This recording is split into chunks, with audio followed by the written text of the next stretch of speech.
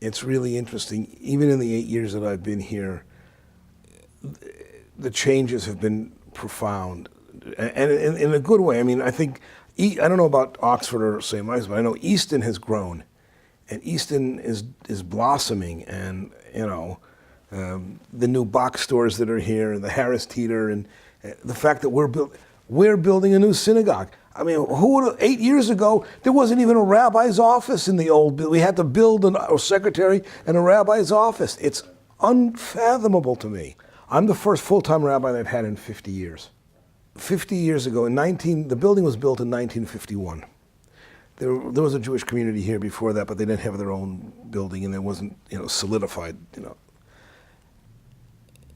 If you go to Oxford and you look at the Methodist church that's on the water right by Oxford Park, and you look at the temple building, they're the same identical building with the exception of the steeple on the temple. The people 50 years ago, 60 years ago, actually 65 years ago, used the plans from the Oxford church to build the synagogue. I couldn't figure out for the longest time why they did that. They had the resources to hire an architect and do whatever they wanted to do. And then it dawned on me, this was not an open and welcoming, even though the community was established here, and they put it not where Saint Andrews or Saints Peter and Paul used to be, and the Trinity Cathedral, and in the center of town. They moved it behind trees before the hospital was there. And it dawned on me, they were flying under the radar. They wanted their own place, but they didn't want to stick out. And it's really it's the identical building down to the brick. We are, historically, the congregation started off as an Orthodox synagogue. But 65 years ago, that would not have been unusual, very traditional. I am a graduate of the Hebrew Union College, which is the Reform seminary, and we are affiliated with the Reform movement, the URJ, the Union for Reform Judaism, and we bill ourselves as a Reform congregation, but welcoming and open to everyone, all shapes, sizes, colors. The project is about a $6.5 million project, $6.5 million. We're just shy of the $6 million mark, which it's stunning. For a multiplicity of reasons, it's stunning. First, it says to me, the idea, I always say, nobody buys anything unless they buy into the concept.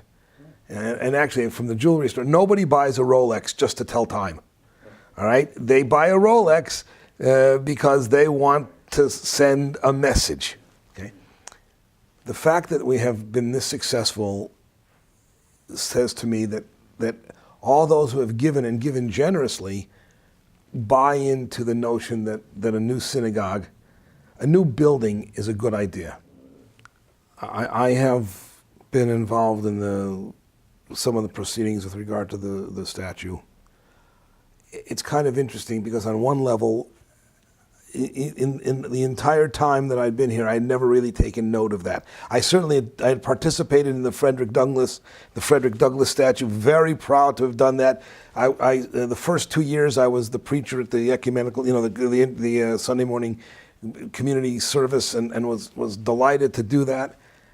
And I really never noticed the statue at all until it was pointed out to me by Richard Potter and others, and then I couldn't remain neutral or indifferent. The issue for me, a couple of issues. First, statues, those kinds of things, they communicate powerfully, silently but powerfully. And for me, the Confederate flag, and I know this is different for some people, but for me it's not a symbol of American history or American pride, or whatever. I find it a symbol of sedition and insurrection and all that sort of stuff. And I see it as a symbol of an historical symbol by a group of folk who whose understanding of humanity was at best myopic, at worst, horrible. And I also have this feeling that those folk who embrace and want the statue with the flag, while they are, I think they're making a statement about their vision and their understanding of humanity, which is not all inclusive. My approach is that if you take Genesis seriously, and it says that we are created in God's image and all that sort of stuff, then that applies to all of us. Assuming that the Exodus narrative is correct and that the Israelites were enslaved, and there's what I call the Exodus imperative. It says if you know what it feels like to be enslaved, you are obligated not to pass on those circumstances to others. And that informs me powerfully.